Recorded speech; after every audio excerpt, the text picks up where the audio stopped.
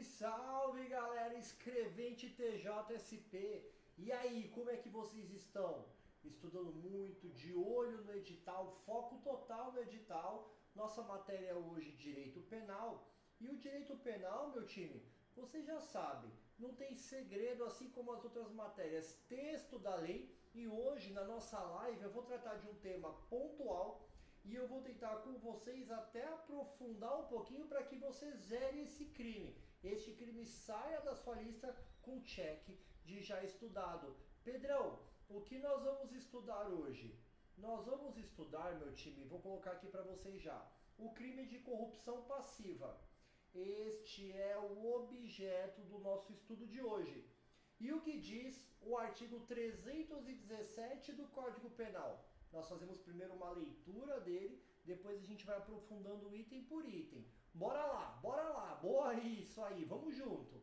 Solicitar ou receber, para si ou para outrem, direto ou indiretamente, ainda que fora da função ou antes de assumi-la, mas em razão dela, vantagem indevida ou aceitar promessa de tal vantagem.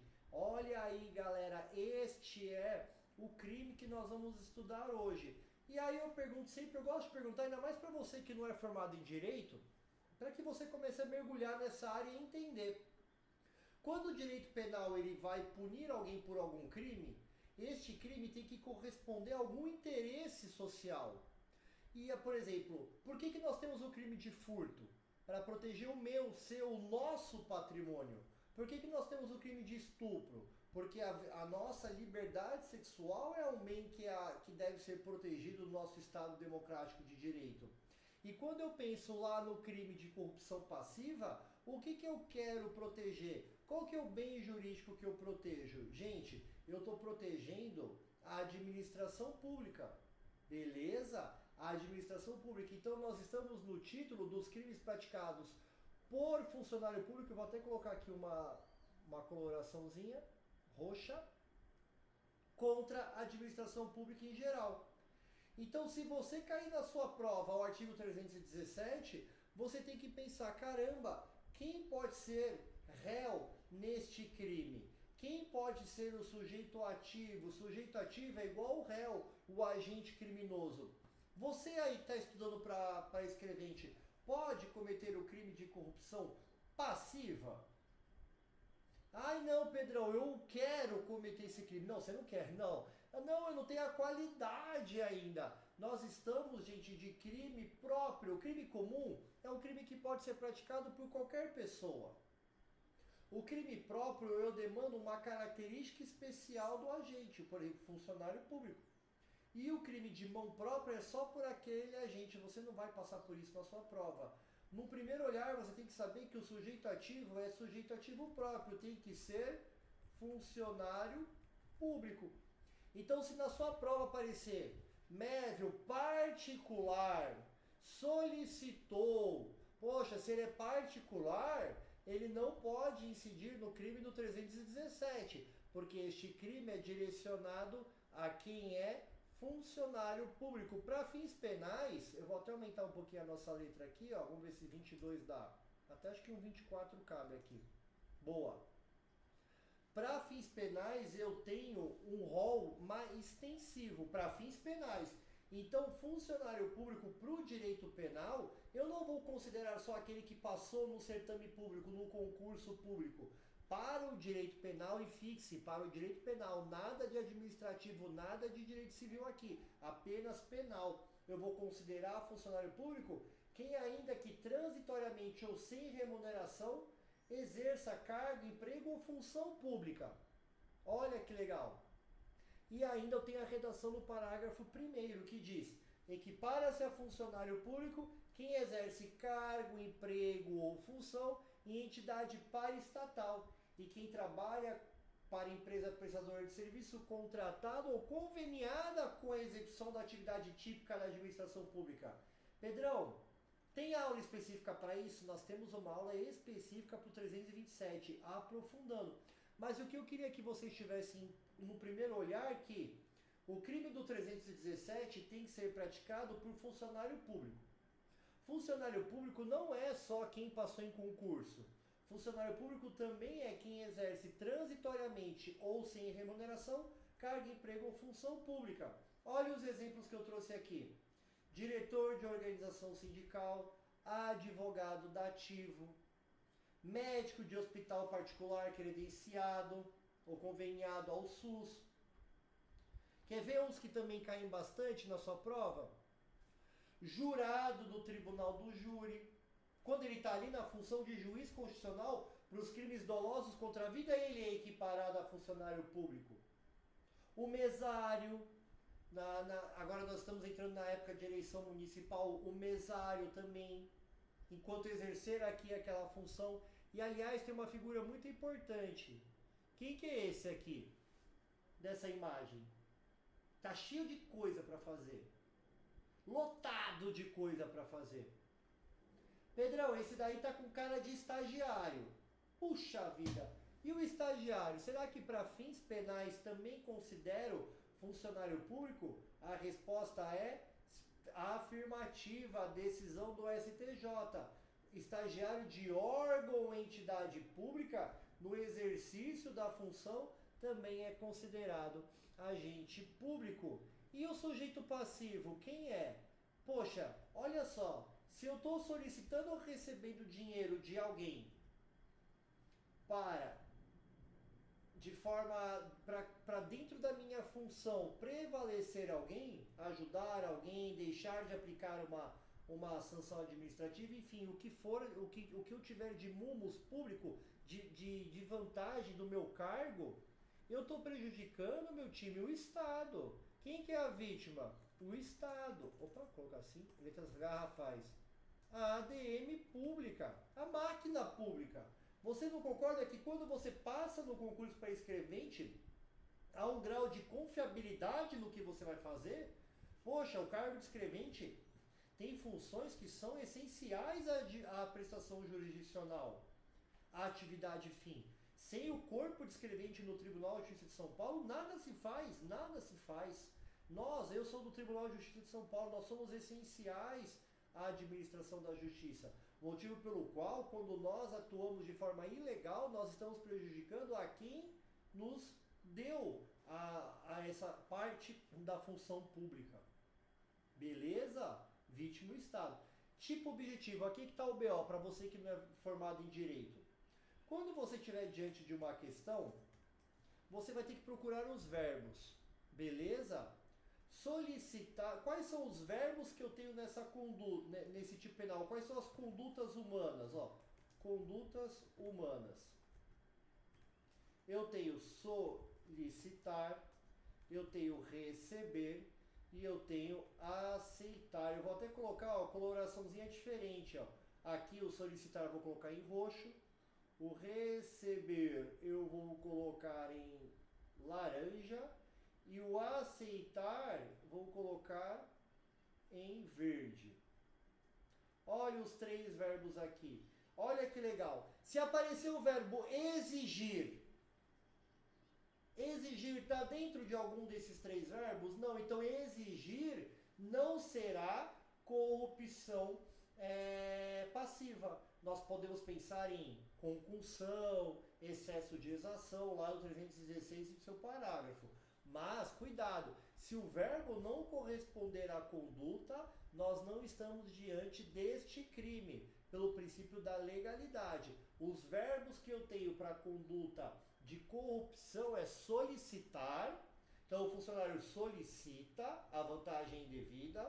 De outro lado, o funcionário apenas recebe, ou ainda ele simplesmente aceita. O simples fato de aceitar a promessa da vantagem já basta para a configuração do tipo penal. Então nós temos aqui três verbos e nós temos que sempre imaginar esses verbos. Quer ver? Deixa eu até puxar uma questão que eu ia trazer. Deixa eu ver se eu trouxe ela aqui. Deixa eu jogar lá para cima. Olha essa questão aqui. Ricardo, funcionário público municipal, que a pedido de um secretário do município retardou a prática de ato de ofício, infringindo assim seu dever funcional. Ele retardou. ele retardou. E aí, será que essa conduta se amolda a algum dos tipos penais? No primeiro olhar você pode estar meio desesperado, falando, Pedrão, você acabou de falar dos verbos solicitar, receber ou aceitar.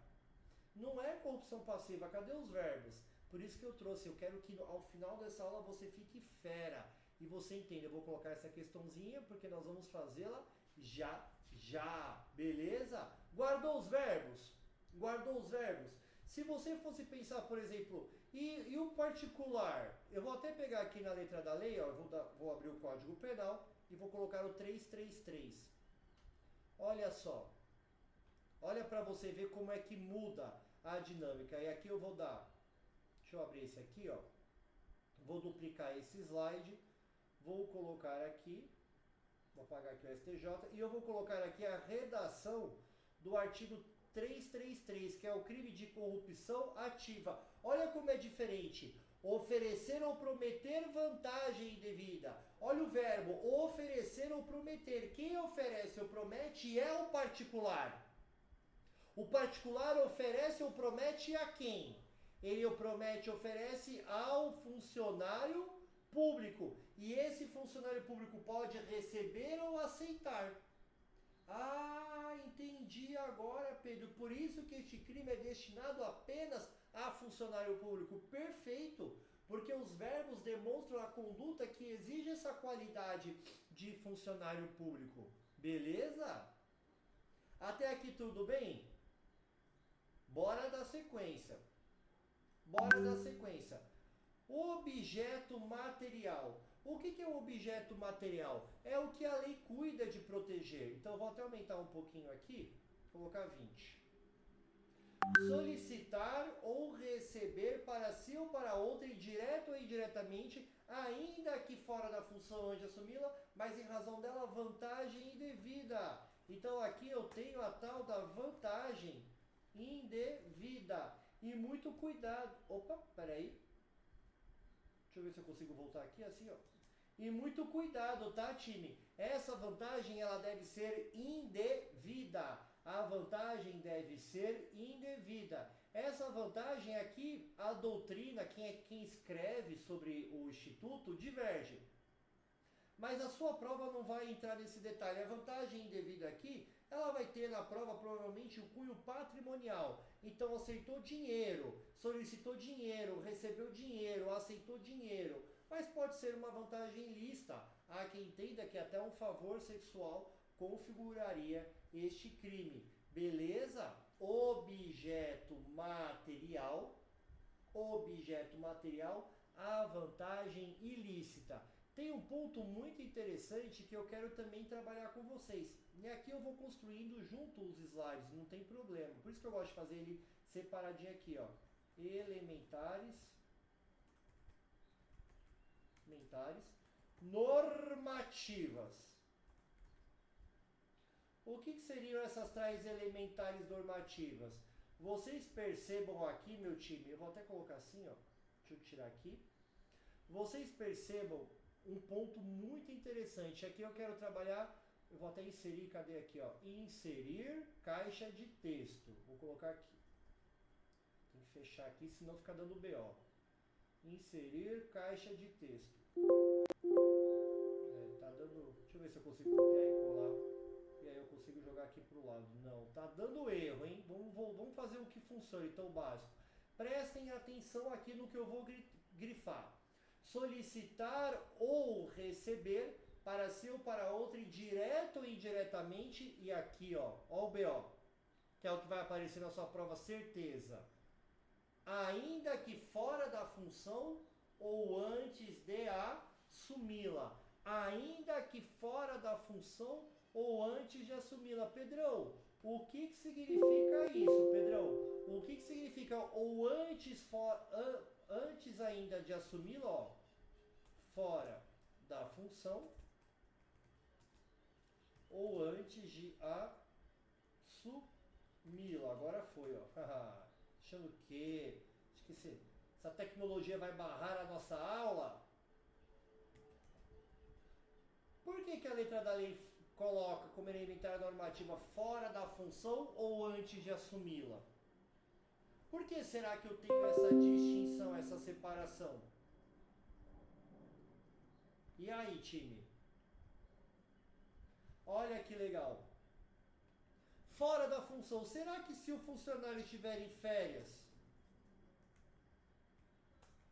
afastado, licença prêmio, licença médica, qualquer coisa nesse sentido, será que ele ainda pode? Por exemplo, eu sou funcionário público. Vamos pensar que eu vou tirar férias agora, e vou mesmo, graças a Deus. Só que durante meu período de férias eu solicito a alguém uma vantagem lista para passar um processo à frente, para julgar enfim, para mudar alguma coisa. Eu, Pedro, estou no meu período de férias, eu não estou exercendo a minha função pública. Mas cuidado, eu não fiz em razão dela. Olha aqui, vou até colocar um OBR.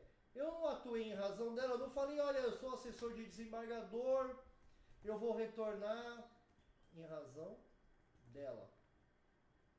Ah, Pedro, você fez sim. Você conseguiu essa vantagem por conta do seu cargo público. Opa! Então, mesmo que eu esteja fora da função, eu também serei penalizado pelo 317. Caramba, Pedrão! Agora eu entendi, mas e esse eu antes de assumi-la? Ai, esse aqui é o BO. Vamos pensar o seguinte, você fez a prova. Você fez a prova aí de escrevente, vou colocar aqui, ó. Sim. E aí, meu time, você foi aprovado no concurso. Depois que você é aprovado, você vai aguardar a tão sonhada nomeação. E aí você foi nomeado. Depois que você é nomeado, você vai marcar os exames, tudo, e você vai tomar posse do cargo público. Mas vamos pensar que você já sendo nomeado, a primeira coisa que você faz já nomeado fala assim, opa, agora eu sou funcionário público. Então você vai lá e solicita a alguém vantagem indevida em razão do seu cargo. Olha, agora conta comigo, eu sou funcionário público, vou fazer tal e tal coisa a seu favor. Para isso você vai me dar tanto. Caramba, você nem tomou posse, mas você já nomeado antes de assumir, antes de tomar posse, você já pratica esta conduta ilícita? É sim plenamente possível o Ministério Público desenvolver uma ação penal contra você, porque você fez, olha aqui, lembra dessa OBS, em razão do cargo, mesmo que antes de assumi-la, beleza? Bom demais até aqui? Bom demais, sem novidade, né, time? Sem novidade. Aqui, eu sempre coloco para os alunos, né? Tipo subjetivo. No direito penal, você precisa sempre perguntar: este crime é punido a título de dolo? E aliás, eu vou até tirar esse dolo específico aqui porque não, vou deixar. É punido a título de dolo genérico, dolo específico ou apenas culpa? Olha, Pedrão, dá para solicitar sem querer? Receber sem querer? Vantagem indevida? Não, Pedrão. Não. Porque se fosse figura culposa, para existir figura culposa, eu preciso ter previsão legal. Lembra que se vocês estão no 317, vocês já passaram pelo crime de peculato. E no crime de peculato, assim, existe a previsão de figura culposa. Então, quando a letra da lei tiver lá peculato culposo, cabe a modalidade culposa. Aqui está escrito no 317 corrupção passiva culposa. Você acha em alguma parte do Código Penal do artigo 317, seus parágrafos, algum artigo que diz que há previsão de figura culposa? Não. Então não cabe. Aqui é dolo genérico ou dolo específico? O dolo específico é quando a lei determina para tal finalidade. Aqui a letra da lei falou o que você vai fazer com essa vantagem indevida? Não. Então nós estamos diante de um dolo genérico. Basta ter vontade de solicitar, receber ou aceitar vantagem indevida em razão do seu cargo. Beleza? Cuidado, meu time, cuidado, porque aqui, ó, o artigo 317, ele traz a seguinte redação. Opa, não é o 300, eu vou colocar o parágrafo 2º aqui, deixa eu pegar no Código Penal, e eu vou colocar o 317, parágrafo 2º pra gente. Aliás, eu vou fazer isso aqui nesse slidezinho que eu construí já. Acho que fica até mais visual para vocês. Olha aqui. Eu tenho duas corrupções passivas. A corrupção passiva do caput, que é o que nós estudamos até agora. E a segunda modalidade de corrupção passiva, que é essa aqui. Deixa eu ter colocado no slide maior. Acho que eu vou fazer isso para que vocês consigam ler em letras garrafais. Aqui, eu vou colocar 32. Olha só, meu time. Se o funcionário público deixa de praticar ou retarda ato de ofício com infração de dever funcional, cedendo a influência, pedindo a influência de outrem. Cuidado! Porque o parágrafo 2º também traz uma hipótese de corrupção passiva, mas ela é uma corrupção passiva privilegiada. E por que ela é uma corrupção passiva privilegiada? Porque ela vai trazer uma pena bem inferior. Olha a pena que eu tenho para corrupção passiva privilegiada. É uma pena de detenção, vou colocar aqui até em vermelhinho, ó. É uma pena de detenção de 3 meses a 1 ano. Enquanto a corrupção lá do artigo 317 é de 2 a 12 anos. Olha a diferença entre os dois preceitos secundários. Aqui há uma grande diferença. Enquanto no caput eu solicito, recebo ou aceito vantagem indevida em razão do meu cargo, aqui eu não estou recebendo dinheiro. Aqui eu estou cedendo à influência, o pedido de outro, para deixar de fazer o meu trabalho. E não confundam com a prevaricação, porque a prevaricação é sentimento pessoal. Aqui eu não estou fazendo por dó, por clemência, por nada. Aqui eu estou fazendo porque eu cedi a pedido ou influência de outrem. É corrupção. Então olha que legal, eu coloquei esse quadrinho que bem exemplifica pra gente. A corrupção passiva do caput, ela é solicitar ou receber indevida vantagem ou aceitar a promessa de tal. Aqui a diferença é a vantagem indevida que o agente recebe. Na corrupção passiva privilegiada, o agente não recebe dinheiro. Ele vai retardar, deixar de praticar ou praticar ato de ofício infringindo o seu dever, e ele vai pensar no pedido ou na influência de outrem. Poxa, Pedrão, somos amigos, faz isso pra mim, cara, por favor. E eu vou lá e faço. Olha a diferença entre os dois institutos, os dois tipos penais. Ficou clara essa diferença? E ela é muito importante porque isso vai aparecer na sua prova. Porque olha que legal essa pergunta. Ricardo, funcionário público municipal, que a pedido de um secretário do município retardou a prática de ato de ofício, infringindo assim o seu dever funcional. Olha que legal. Ele não retardou ato de ofício a pedido de outrem. Não foi isso? Então nós estamos sim diante de uma corrupção passiva. Pedrão, depois você tem que dar uma olhada nos crimes de prevaricação, porque o direito é isso, ele vai se complementando. E na prevaricação, o objetivo central é o interesse, o sentimento pessoal. Aqui não tem isso. Basta aceitar pedido de outrem. Beleza? Olha isso aqui que bacana. Uma pergunta também. Em se tratando de corrupção passiva. Deixa eu ver também. Deixa eu tentar aumentar um pouquinho a letra para ficar melhor para vocês aí no vídeo. Ó, boa. Em se tratando de corrupção passiva, a pena aplicável ao funcionário público será aumentada de 1/3. Se em consequência do recebimento da vantagem ou da promessa da vantagem devida, o funcionário público de fato retardar ou deixar de praticar ato. Então olha que legal a pergunta. É a mesma pena de quem simplesmente diz, vou aceitar esse seu pedido. daquela pessoa que de fato aceita e ele retarda ou deixa de praticar o ato, será que é a mesma pena? Negativo, não é a mesma pena. Aliás, eu trouxe até aqui o nosso parágrafo primeiro, ó.